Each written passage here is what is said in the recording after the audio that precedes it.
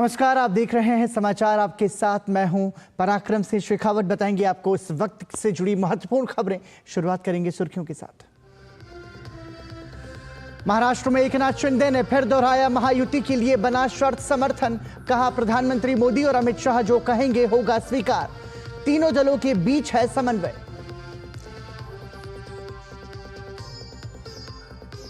संभल हिंसा की जांच के लिए न्यायिक समिति ने घटनास्थल का किया निरीक्षण।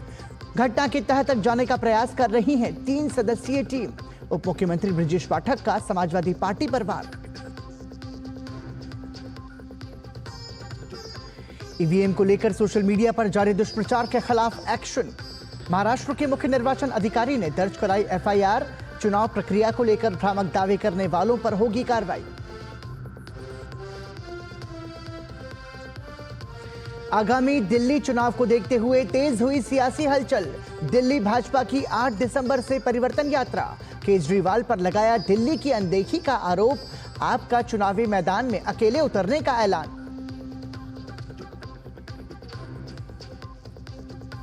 जबरन वसूली मामले में आम आदमी पार्टी विधायक नरेश बालियान कोर्ट में किए गए पेश। पुलिस हिरासत में देने को लेकर दिल्ली की राउज एवेन्यू कोर्ट करेगी फैसला। फिरौती और गैंगस्टर से साठगांठ के गंभीर आरोप।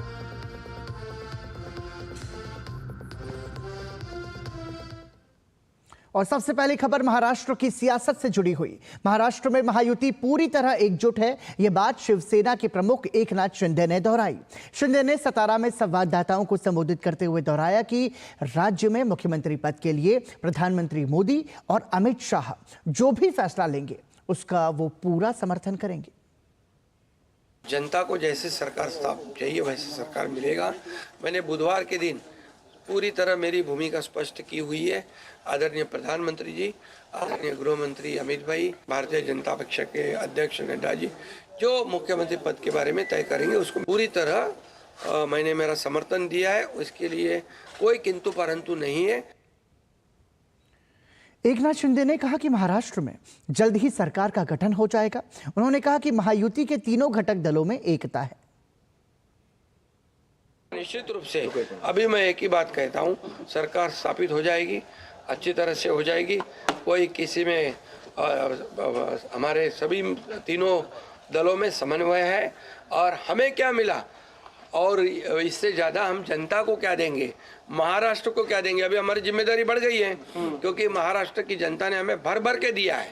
अभी हमें उनका विकास करना है।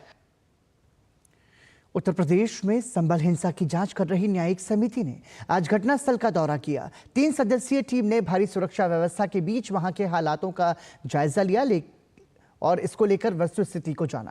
टीम में आयोग के अध्यक्ष रिटायर्ड न्यायमूर्ति देवेंद्र अरोड़ा के साथ ही उत्तर प्रदेश के पूर्व डीजीपी ए.के. जैन और रिटायर्ड आईएएस अधिकारी अमित मोहन प्रसाद सदस्य के रूप में शामिल हैं। इस दौरान मुरादाबाद के आयुक्त, संभल के डीएम और एसपी समेत पुलिस प्रशासन के तमाम वरिष्ठ अधिकारी मौजूद रहे। मुरादाबाद मंडल के आयुक्त अंजनेय कुमार सिंह ने कहा कि जांच आयोग के अध्यक्ष और सदस्य घटनास्थल पर पहुंचे। उन्होंने क्षेत्रों का निरीक्षण किया, साथ ही ढांचे का दौरा किया। साथ ही कमेटी द्वारा नुकसान के मूल्यांकन की समीक्षा भी की गई। जो जांच आयोग जो शासन के द्वारा गठित है उसमें माननीय अध्यक्ष और माननीय सदस्य दो व्यक्ति यहाँ पर पहुंचे थे।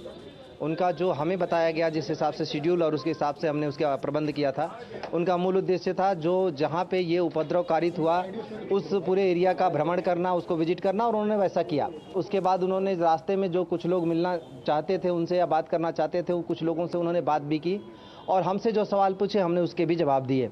उन्होंने जो घटना थी जिस जगह पे खास तौर पे सबसे ज़्यादा उपद्रव हुआ था उस एरिया को भी देखा और स्ट्रक्चर का भी भ्रमण किया। उत्तराखंड के उत्तरकाशी में मस्जिद हटाने की मांग को लेकर देवभूमि विचार मंच द्वारा महापंचायत बुलाई गई। रामलीला मैदान में होने वाले इस महापंचायत के बारे में हमारे डीडी न्यूज के संवाददाता ने लोगों से बातचीत की। उत्तरकाशी रामलीला मैदान पे महापंचायत अब कुछ ही देरों में शुरू होने वाली है और यहाँ पे तैयारियां चल रही है और आंदोलनकारी जो हैं, जो महापंचायत के जो संयोजक हैं, आइए जानना चाहते हैं किस तरह की तैयारियां हैं। जी देखिए, आज देवभूमि विचार मंच के आह्वान पे पूरे उत्तरकाशी की आज प्रत्येक गांव से लोग यहाँ आएंगे। तो संवैधानिक तरीके से और नियम के तहत वो गलत है जिसके विरोध के लिए आज महापंचायत का आयोजन किया गया है। और साथ ही जो पंचकोशी यात्रा का जो मुख्य पड़ाव है वर्णावत पर्वत, उस वर्णावत पर्वत पर एक साजिश के तहत गैर हिंदुओं के द्वारा जो अपना धार्मिक आयोजन किया जा रहा है उसको भी हटाने के लिए आज इस महापंचायत का आयोजन किया गया है क्योंकि उत्तराखंड पूरी देवभूमि है और उत्तरकाशी में भी उसका बहुत महत्वपूर्ण स्थान है। जो महापंचायत होनी है उसमें कितनी भीड़ आने की उम्मीद है? देखो, भीड़ का हमारा ये है कि 5000 से अब की भीड़ हमारे यहाँ पे आएगी और प्रत्येक स्थानीय जो यहाँ पे गांव से लेकर नगर से लेकर सभी लोग यहाँ पर मौजूद रहेंगे। और यहाँ पे महापंचायत होने का एक मुख्य कारण ये है कि जो हमारा ये पूजनीय पर्वत है जिसमें पंचकोशी यात्रा का भी एक महत्व है और इसकी तलाटी में वर्णावत पर्वत की तलाटी में ये इस्लामिक गतिविधियां चल रही है। जो बाबा काशी विश्वनाथ की भूमि है, यहाँ पे कोई बर्दाश्त नहीं करेगा इन चीजों को। किस तरह की उम्मीद लग रही है आपको इस महापंचायत में? किस तरह के निर्णय निकलेंगे इसमें? जो हमारा एक मुख्य जो निर्णय निकलेगा वो ये है कि अवैध मस्जिद को यहाँ से जो है हम हटाएंगे और शासन प्रशासन के मौजूदगी में और उनके सहयोग से ये इस पे जो है कार्रवाई होगी। जी निश्चित ही जो अब महापंचायत की तैयारियां शुरू हो चुकी है और धीरे धीरे अब गांव से लोग आने शुरू होंगे। अब देखना होगा कि महापंचायत में किस तरह का डिसीजन लिया जाता है। उत्तरकाशी से दूरदर्शन समाचार दिव्य बिष्ट। दिल्ली पुलिस की अपराध शाखा ने गिरफ्तार आम आदमी पार्टी विधायक नरेश बालियान को राउज एवेन्यू कोर्ट में पेश किया।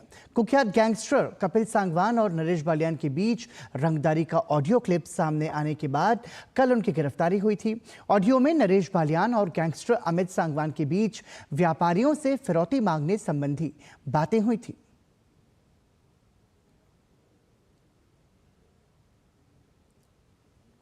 दिल्ली के पूर्व मुख्यमंत्री और आम आदमी पार्टी के संयोजक अरविंद केजरीवाल ने दिल्ली में प्रेस कॉन्फ्रेंस के दौरान आगामी दिल्ली विधानसभा चुनाव को लेकर बड़ी बातें कही हैं। केजरीवाल ने कहा है कि आप दिल्ली में अकेले चुनाव लड़ेंगी। देश जनतंत्र है और स्वाधीन देश है, सबको अपनी अपनी यात्रा निकालने का अधिकार है। दिल्ली में कोई गठबंधन नहीं होगा। और दिल्ली में 8 दिसंबर से भाजपा की परिवर्तन यात्रा की शुरुआत हो रही है, जिसको लेकर दिल्ली भाजपा अध्यक्ष वीरेंद्र सचदेवा ने यात्रा के उद्देश्य के बारे में जानकारी दी। उन्होंने कहा कि दिल्ली से अवैध घूसखोरी और भ्रष्टाचार करने वाली आम आदमी पार्टी की सरकार को हटाना है। दिसंबर के दूसरे सप्ताह में ये यात्रा प्रारंभ होगी। पर्पस सीधा सा एक है कि दिल्ली से इस भ्रष्टाचारी सरकार को, जो बिजली नहीं दे पाई, पानी नहीं पिला पाई, सड़क नहीं बना पाई और अपना शीशमहल बनाती है, लूटपाट करती है, अवैध घूसखोरी करते हैं, अवैध वसूली करते हैं, भ्रष्टाचार करते हैं, इस परिवर्तन यात्रा के माध्यम से दिल्ली की जनता अपना मन बताएगी कि हाँ, अब इस सरकार की रवानगी का टाइम आ गया है। भाजपा नेता मनोज तिवारी ने कहा कि अरविंद केजरीवाल नाटक के राजा हैं, वो कोई भी नाटक कर सकते हैं। अभी उन्होंने मिनरल वाटर डलवा के एसिड जैसा दिखाने की कोशिश की। अरविंद केजरीवाल नाटक के किंग हैं। इस समय वो जिस प्रकार से दिल्ली की विश्वास खो चुके हैं, वो कोई भी नाटक कर सकते हैं। अभी उन्होंने कल मिनरल वाटर डलवा के एसिड जैसा दिखाने की कोशिश की। मुझे लगता है कि वो सारी साजिशों का हिस्सा है, उनका जांच हो रही है। लेकिन हम तो एक और मुझे आशंका हो रही है, अरविंद केजरीवाल कोई भी बड़े से बड़ा साजिश कर सकते, वो अपने ऊपर अगल बगल गोली भी चलवा सकते हैं। अरविंद केजरीवाल की सुरक्षा को इस समय बहुत केयरफुली देखना चाहिए और अरविंद केजरीवाल जैसे साजिशबाज से दिल्ली को सावधान रहना चाहिए। चुनाव आयोग ने ईवीएम और गलत जानकारी फैलाने वालों के खिलाफ सख्त हिदायत देते हुए कार्रवाई की बात कही है। इसके साथ ही सैयद शुजा के खिलाफ मुंबई में फिर से एफआईआर दर्ज की गई है। दिल्ली और मुंबई पुलिस इस मामले में सक्रिय रूप से जांच कर रही है। इससे पहले चुनाव आयोग ने सैयद शुजा के खिलाफ एफआईआर दर्ज की थी, जो कथित तौर पर दूसरे देश में छिपा हुआ है, और मामले को आगे बढ़ाने के लिए संबंधित अधिकारियों को पत्र लिखा गया है। इसके अलावा चुनाव आयोग ने कहा है कि जो भी व्यक्ति झूठे आरोप लगाने, गलत जानकारी फैलाने के खिलाफ कड़े आपराधिक कदम उठाए जाएंगे यदि ऐसा काम करेंगे तो। इसके साथ ही ईवीएम के साथ छेड़छाड़ का आरोप लगाने या ऐसे मामलों को सनसनीखेज बनाने की कोशिश करेगा उसके खिलाफ भी कानून के तहत कदम उठाए जाएंगे। राजस्थान में उपचुनाव की आचार संहिता हटने के बाद शनिवार को राज्य कैबिनेट और मंत्रिपरिषद की बैठक हुई। कैबिनेट की बैठक में धर्मांतरण विरोधी बिल को मंजूरी दी गई है। बिल में जबरन धर्मांतरण कराने वाले को 10 साल तक की सजा का प्रावधान है। वहीं खुद की मर्जी से धर्म परिवर्तन करने पर 60 दिन पहले कलेक्टर को सूचना देनी होगी। इस बिल और में क्या कुछ है, इसको लेकर राजस्थान के उप मुख्यमंत्री डॉक्टर प्रेमचंद्र बैरवा से खास बातचीत की हमारे संवाददाता लक्ष्य आर्य ने। हमारे साथ मौजूद हैं राजस्थान के उप मुख्यमंत्री डॉक्टर प्रेमचंद्र बैरवा जी। जिस प्रकार से उपचुनाव की आचार संहिता हटने के बाद कल मंत्रिपरिषद की बैठक हुई और अहम फैसले लिए गए। बैरवा जी, जिस प्रकार से कल अहम फैसले लिए गए उसके मद्देनजर धर्म परिवर्तन में जो फैसला है उसकी चर्चा चारों ओर हो रही है। क्या फैसला है और क्या नियम बनाया जाएगा? देखिए, हमारे यशस्वी मुख्यमंत्री भजनलाल जी शर्मा जी ने जिस तरह से इस राजस्थान की बागडोर जिस दिन से संभाली है, उस दिन के बाद ही इस राजस्थान के उत्थान के लिए और राजस्थान के युवाओं के लिए, राजस्थान के किसानों के लिए, सभी के लिए, अनुसूचित जाति पिछड़ा वर्ग जो भी है उनके लिए जितनी योजनाएं ला रहे हैं वो निश्चित रूप से इस राजस्थान के उत्थान के लिए है। और जिस तरह से कल 9 पॉलिसी एक साथ जो कैबिनेट में लाए और कैबिनेट की मंजूरी मिली है, उसके लिए मैं बहुत बहुत आभार प्रकट करता हूं कि इस तरह से इस राजस्थान के लिए हमेशा मुख्यमंत्री जी कुछ न कुछ नया करने की सोच रहे हैं और करते हैं। इसलिए कल जो पॉलिसी लाई गई है उसमें धर्मांतरण की, उस धर्मांतरण में जो लोग प्रेशर में लेकर, प्रलोभन देकर और अज्ञानता के अब आया असली स्वाद। अब आया स्वाद। जब स्वाद के पड़े हो लाले तो MDH का चंकी चाट मसाला डालें। MDH का चंकी चाट मसाला। MDH। जब धरती चीर कर निकलता है लोहे का पत्थर और मिलता है मोंगिया के जोश से, फिर तपता है, पिघलता है और बनता है फौलाद। अब होता है सरिया सारी खूबियों के साथ। मोंगिया स्टील, मजबूत देश का मजबूत सरिया। यार Ajay, look at your dad. हम इस उम्र में ऐसे रहेंगे क्या? बिल्कुल रहेंगे, अगर पापा जैसी सही प्लानिंग की तो। जैसे कि मेरे पापा ने इन्वेस्ट किया LIC के जीवन अक्षय में, जो दे रहा है इमीडिएट और guaranteed annuity at regular intervals, जिंदगी भर के लिए। वाह, पर हमें तो इस एज तक वेट करना पड़ेगा ना? बिल्कुल नहीं, हमने तो अभी इन्वेस्ट किया है LIC के न्यू जीवन शांति में, जो हमें देगा डिफर्ड एन्युटी, मतलब कुछ साल बाद से रेगुलर इनकम। आई सी। LIC के एन्युटी प्लान्स दे एन्युटी ऑप्शंस और नियमित इनकम पाने में फ्लेक्सिबिलिटी भी। LIC हर पल आपके साथ। अनुभव कीजिए शुद्ध MDH बादाम रोगन का प्यार। सेहत बनके रग-रग में दौड़े। त्वचा में समाए, हाइड्रेट करे, हर उम्र की त्वचा का पोषण करे। You deserve the purity। MDH बादाम रोगन, नेचुरल, टेंडर, प्योर। चमके चमके। केंद्रीय मंत्री गिरिराज सिंह ने कांग्रेस पर जोरदार हमला बोला है। उन्होंने कहा कि बांग्लादेश में जो कुछ हो रहा है उसके लिए कांग्रेस जिम्मेदार है। आज पाकिस्तान में अब हिंदू बचे नहीं।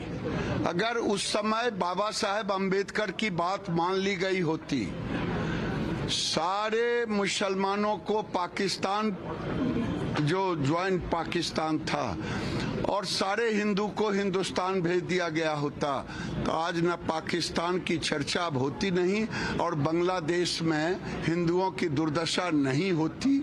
आज राहुल गांधी की जुबान बांग्लादेश के हिंदुओं पर नहीं, वो 2 तारीख को कहाँ जाएंगे? संभल जाएंगे पॉलिटिकल टूरिज्म करने। कांग्रेस वोट बैंक की राजनीति करती है, प्रो इस्लाम उनको वोट दिखता है मुसलमानों के साथ, इसीलिए वो संभल जा रहे हैं और किसी ऐसे हिंदुओं के ऊपर अगर होता है तो वहाँ इनकी जुबान नहीं खुलती। बांग्लादेश में सनातन धर्म के अनुयायियों के साथ दुर्व्यवहार और धर्म प्रचार रोकने के विरोध में आज जयपुर के जगतपुरा स्थित गुप्त बलराम धाम मंदिर में प्रार्थना सभा का आयोजन किया गया। साथ ही संकीर्तन यात्रा भी निकाली गई। यात्रा मंदिर के मुख्य द्वार से अक्षय पात्र जंक्शन, कृष्ण बलराम मार्ग, हरे कृष्ण मार्ग होते हुए वापस मंदिर पहुंची।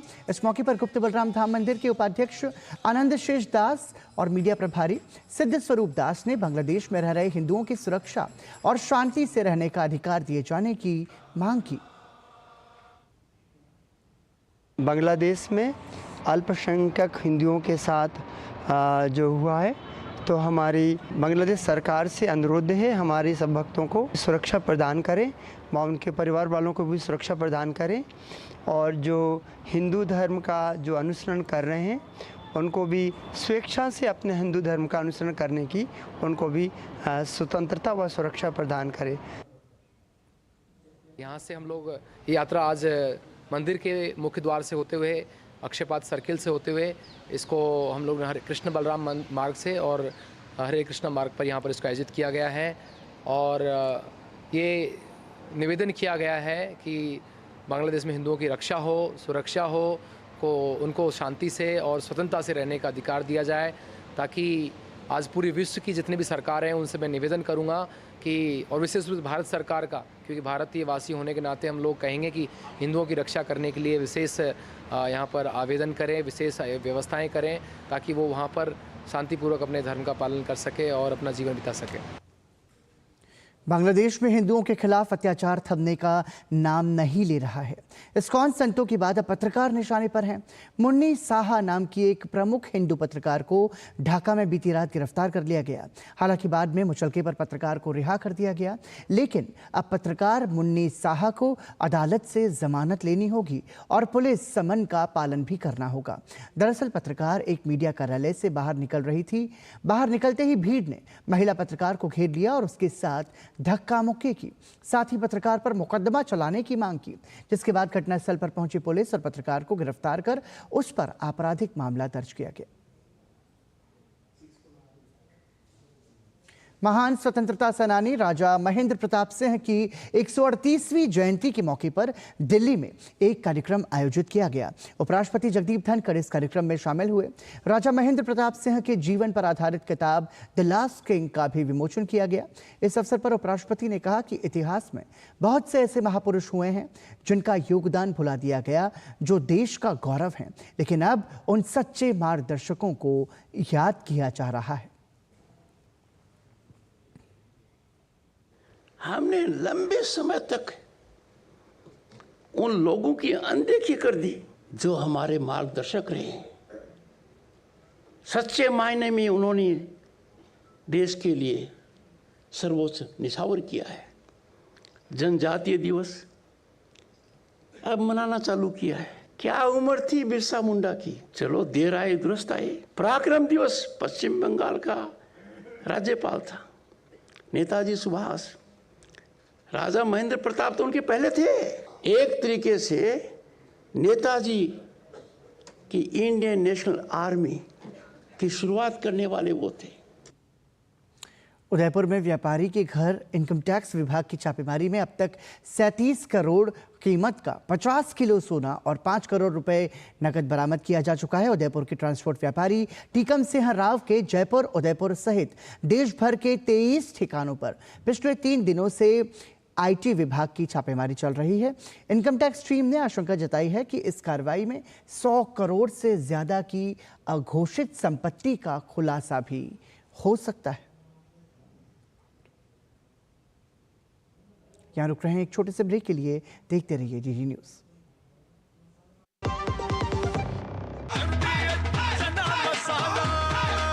अब छोलिया हो या लोबिया, सफेद चने या काले चने, सब कुछ मजेदार बने। मेरी पसंद, मेरी पसंद, मेरी पसंद, मेरी पसंद, हमारी पसंद, हम सबकी पसंद। मजबूत देश का मजबूत सरिया हो गया स्टील। ब्रेक के बाद एक बार फिर आपका स्वागत। आप देख रहे हैं समाचार। मध्य प्रदेश के इंदौर में विश्व एड्स दिवस पर देवी अहिल्या विश्वविद्यालय सभागृह में आयोजित कार्यक्रम में भाजपा के राष्ट्रीय अध्यक्ष और केंद्रीय स्वास्थ्य और परिवार कल्याण मंत्री जगत प्रकाश नड्डा शामिल हुए। कार्यक्रम में मध्य प्रदेश के मुख्यमंत्री डॉक्टर मोहन यादव, उप मुख्यमंत्री जगदीश देवड़ा सहित अन्य जनप्रतिनिधि भी मौजूद रहे। और विश्व एड्स दिवस के दिन एड्स के प्रति जागरूकता फैलाने के लिए थीम सॉन्ग को भी इस दौरान रिलीज किया गया। इसके पहले केंद्रीय मंत्री ने एड्स जागरूकता को लेकर प्रदर्शनी का शुभारंभ और अवलोकन किया। इस दौरान केंद्रीय स्वास्थ्य मंत्री ने प्रदर्शनी में एड्स जागरूकता को लेकर काम कर रहे प्रतिनिधियों से संवाद भी किया। इस दौरान जेपी नड्डा ने एड्स बीमारी से लड़कर जंग जीतने वाले अलग अलग राज्यों से आए लोगों का भी सम्मान किया।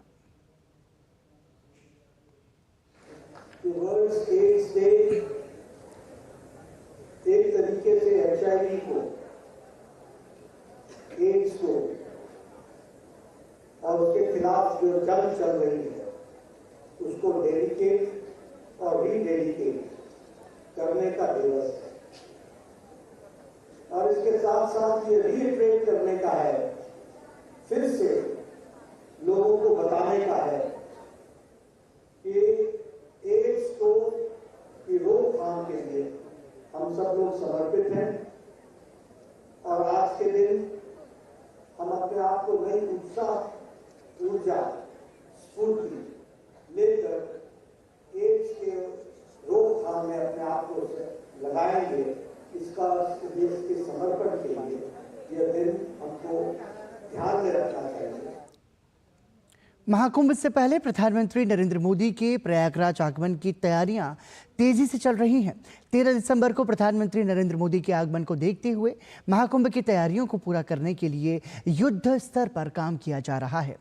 PWD ने भी अपनी रफ्तार बढ़ा दी है और पांचून पुलों के साथ सड़कों के रेनोवेशन के काम में भी तेजी देखने को मिल रही है।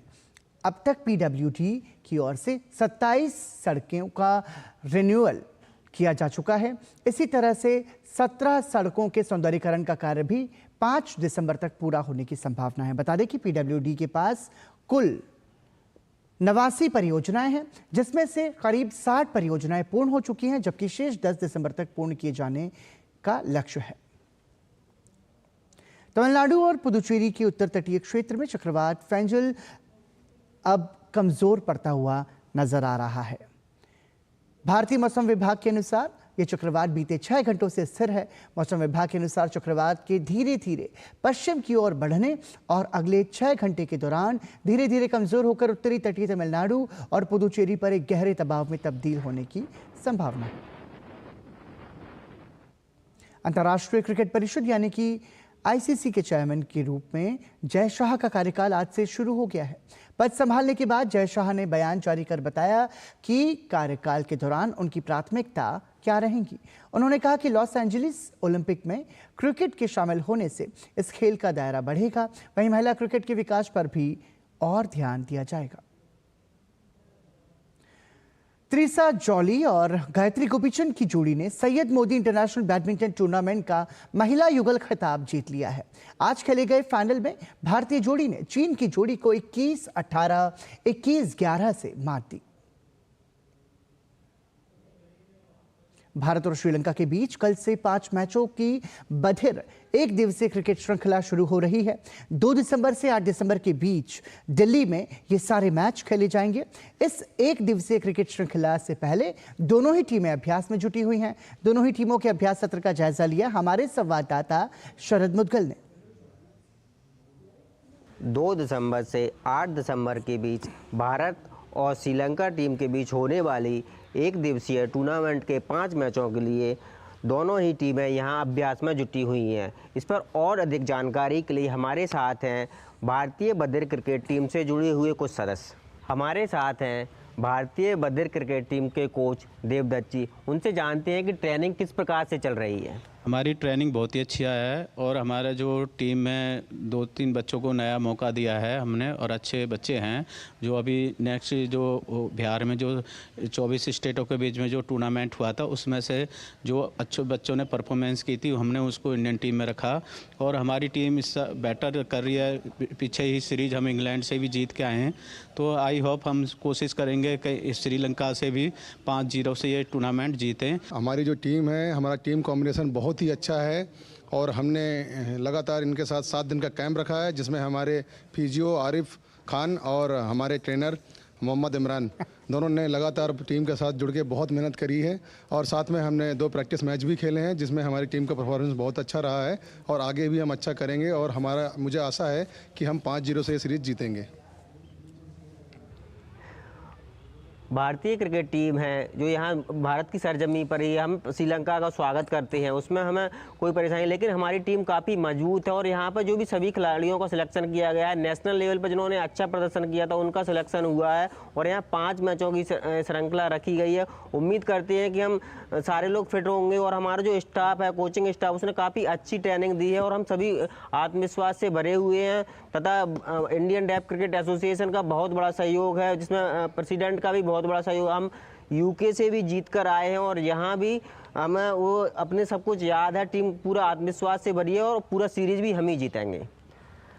हम भारत में आने के बाद काफ़ी अच्छा अनुभव कर रहे हैं। आज सुबह से हमारा यहाँ अभ्यास सत्र रखा गया है। यहाँ हम पिच का मुआयना कर रहे हैं किस प्रकार की पिच है और उम्मीद करते हैं हम यहाँ की सरजमी पर आने के बाद भी हम यहाँ से विजयी होकर जाएंगे और भारतीय टीम को हरा के यहाँ से जाएंगे। दोनों ही टीमें अपनी अपनी जीत की उम्मीदें लगाए हुए हैं, लेकिन जीतेगी तो टीम वही जो अच्छा प्रदर्शन करेगी और जो दिन पर पूरा फोकस करेगी। लेकिन उम्मीद करते हैं कि भारतीय सरजमी पे आई श्रीलंका की टीम, यहाँ उनका स्वागत तो है लेकिन हम चाहते हैं कि हमारी इंडियन क्रिकेट टीम यहाँ से विजयी होकर आगे बढ़े। कैमरा पर्सन गिरीश के साथ मैं शरद मुदगल, डीडी न्यूज, दिल्ली। देश के सार्वजनिक प्रसारक प्रसार भारती ने ओटीटी प्लेटफॉर्म के क्षेत्र में कदम रखते हुए हाल ही में वेव्स की शुरुआत की है। ये डिजिटल मीडिया और ओटीटी दर्शकों को एक संपूर्ण इंफोटेनमेंट इकोसिस्टम देता है। अगर आपको भी चाहिए फ्री में शानदार कंटेंट तो आज ही डाउनलोड करें। क्यूआर कोड के जरिए भी आप वेव्स ऐप डाउनलोड कर सकते हैं। और इसी के साथ ही समाचार में अभी के लिए इतना ही। देश और दुनिया की बाकी बड़ी खबरों के लिए देखते रहिए डीडी न्यूज। नमस्कार।